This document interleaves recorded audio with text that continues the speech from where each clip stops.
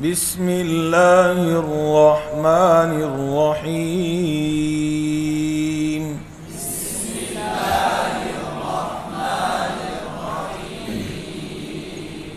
نورانی قاعدہ تختی نمبر 7 اور 8 دونوں کو ہم پڑھیں گے. 8 کو آدھا پڑھیں گے، 7 کو بھی 7 پڑھیں گے. کھڑی حرکات کے بارے میں ہے 7ویں تختی. کس کے بارے میں؟ تو اب لفظ سمجھے، کھڑی حرکات کیا ہے بھی؟ کھڑی تو حرکات معلوم ہوتا ہے مؤنث ہے، لہذا کھڑی زبر کھڑی زیر الٹی پیش یوں کہنا چاہیے. اور اگر کوئی کھڑا زبر کھڑی زیر یوں بھی کہتے ہیں تو کوئی حرج نہیں ہے، بحث نہیں کرنی کسی سے. اچھا، تو کھڑی حرکات کیا ہیں؟ یہ ہیں قائم مقام مدہ. کیا ہیں بھئی؟ حروف مدہ اصل ہیں. کھڑی حرکات کیا ہیں؟ قائم مقام مدہ ہیں. ٹھیک، لہذا ضابطے کے مطابق پہلے حرف مدہ ہونے چاہیے اور بعد میں کھڑی حرکات ہونے چاہیے، کیونکہ وہ اصل ہیں اور یہ قائم مقام ہے. تو قائم مقام تو بعد میں ہوتا ہے، اصل پہلے ہوتا ہے.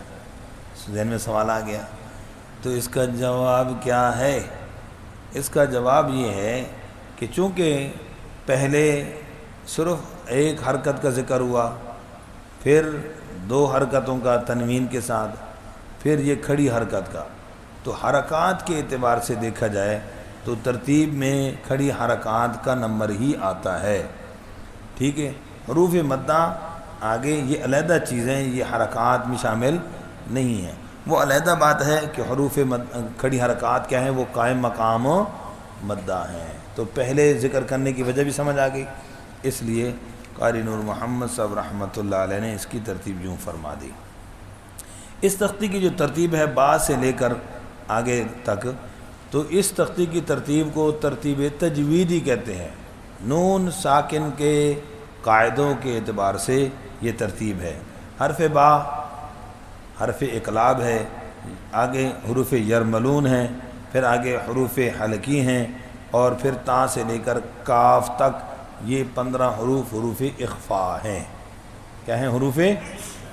سمجھ آ گئی بات؟ اچھا جی، اب اس کو ایک چند جنا حروف 1-2 پڑھ کے پھر حروف مدہ والی تختی پر جاتے ہیں. با کھڑی زبر با. اچھا، اب اس کے اندر ایک اور بات، ہم اس کو پڑھیں گے تو تینوں حرکتوں کے ساتھ. اگر قاعدوں میں تینوں حرکتیں علیحدہ علیحدہ با پر لگی ہیں تو بالکل درست ہے. اگر ایک ہی با پر تینوں حرکتیں لکھ دی، پڑھنے میں تو اس طرح کوئی حرج نہیں ہے، لیکن لکھنے کے اعتبار سے مصحف عثمانی کی رسم کے خلاف ہے. اس لیے کہ مصحف عثمانی کی رسم میں ایک حرف پر کئی حرکتیں نہیں ہوتی. سمجھ آئی بات؟ جی. با کھڑی زیر بی. با الٹا پیش بو. با بی بو. اچھا جی. یا جی یو. ٹھیک ہے. رو ری رو.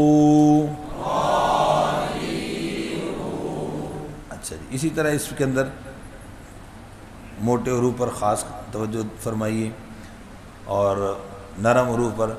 سا کھڑی زبر سا. اور وہ بات بھی ذہن میں رکھنی، حرف کا نام پورا لینا ہے ہجا کرتے وقت. اور ایک حرف کتنی بار پڑھا جائے گا غور کرنا جی. سا کھڑی زیر سی. سا الٹا پیسو. سا سی سو.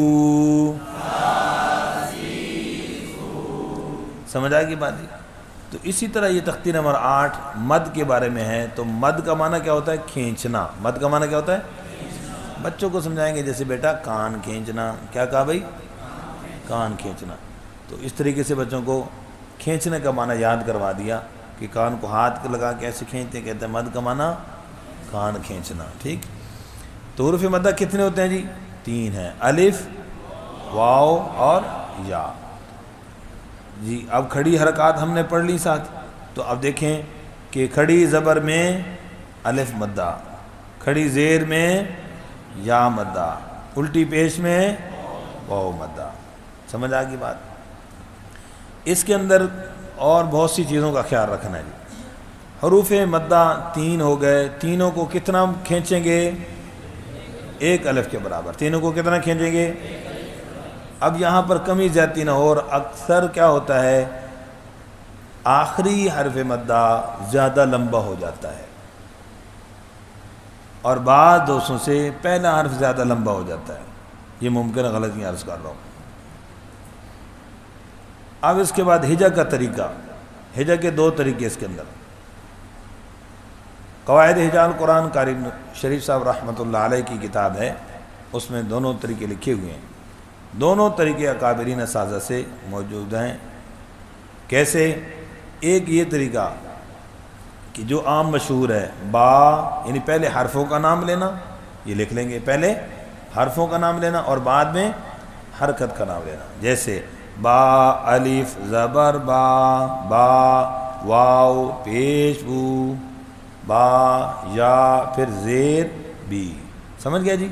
یہ مشہور طریقہ ہے، اس طریقے سے کو پڑھ لائے بالکل اچھا ہے، کوئی حرج نہیں۔ ہمارے استاد محترم قاری سید صاحب رحمۃ اللہ علیہ دوسرا طریقہ بتاتے تھے، یہ بھی اساتذہ سے مروی ہے، اور وہ کیا ہے؟ حرف کے ساتھ حرکت کا نام لینا۔ کیا ہے؟ کیا کہا؟ یہ نوٹ کر لینا بھائی جی۔ اب اس طریقے سے میں کہلوا رہا ہوں، آپ نے اس طریقے کو بھی زندہ رکھنا ہے، سمجھ گئے جی؟ اور اس تختی کے اندر بھی، کھڑی حرکات والی تختی کے اندر بھی وہی حرکات اور تنوین والے جو حروف میں نے اس تختی کے اندر بتائے تھے، ان پر خاص توجہ دینی ہے۔ کیا بھائی؟ موٹے حروف ساتھ، اور سا زال اور عین، ٹھیک ہے جی؟ اچھا جی دیکھیے گا، با زبر الف با، با پیش واو بو، یہ واو کر رہے ہیں بھائی، دیکھو حرف کا نام پورا ہے، با پیش واو بو، با زیر یا بی، بی یوں نہیں کہنا، چونے نہیں کھانا، بابو بی، سمجھ آ گئی بات؟ اسی طرح سا پر توجہ دیں، سا سو سی، حا حو حی۔ اچھا ایک اور بڑی پیاری بات ہے، یہاں با سے لے کر یہ آگے دیکھو یا بیچ میں ہے نا، یا یو جی یہاں تک، یہ کون سی ترتیب ہے پتہ ہے؟ جو پہلی تختی میں آپ حضرات کو صرف الف والے حروف پڑھائے تھے، پہلی تختی میں سب سے پہلے کیا پڑھائے تھے؟ تو یہ وہ الف والی ترتیب بتائیے، ٹھیک ہے؟ اس کے بعد پھر آگے دیکھو مد والے حروف شروع ہو جاتے ہیں، آ کے بعد جا جو اور دا دو، یہ سب کیا ہیں؟ مد والے ہیں، سمجھ گیا جی؟ یا تک، با سے لے کر یا تک کون سے حروف ہیں؟ الف والے ہیں، اس کے بعد آگے کون سے حروف ہیں؟ مد والے ہیں، سمجھ گئے جی؟ یہ وہ ترتیب ہے جی۔ چلیے جی اب موٹے حرف پر توجہ، کیسے غلطی کیا ہوتی ہے؟ موٹے حرف میں کیا کرتے ہیں غلطی؟ طوا کو موٹا پڑھا، اس کے ساتھ الف کو باریک پڑھ دیا، جیسے طوا کیا پڑھا؟ ایک یہ غلطی ہے، پہلے حرف میں غلطی ہوتی ہے، پھر دوسرے اور تیسرے میں زیر اور پیش میں تو یقیناً غلطی ہوتی ہی ہوتی ہے، اس کے اندر کیا ہے؟ موٹا حرف باریک ہو کر تبدیل ہو جاتا ہے، جو کہ لحن جلی ہوتی ہے۔ تو موٹے حرف کے بعد الف کیا ہوتا ہے؟ موٹا پڑا جاتا ہے، غور کیجئے، او زبر الف او، او پیش واو تو، واو کو پورا پڑھا کریں، صاد زیر یا طی طا طو طی طی طی ہونٹ گول نہیں کرنا ہے. سمجھ آ گئی جی. وو ضی جی. صاد زبر الف صا صاد پیش واو صو صاد زیر یا صی صا صو صی جی. تو پہلا حرف بس اوقات یا صا صی صا صو صی دوسرے کو لمبا کر دیا, کبھی پہلا لمبا ہو جاتا ہے اور اکثر کیا ہے آخر والا حرف لمبا ہو جاتا ہے. اچھا جی. واد زبر الف وا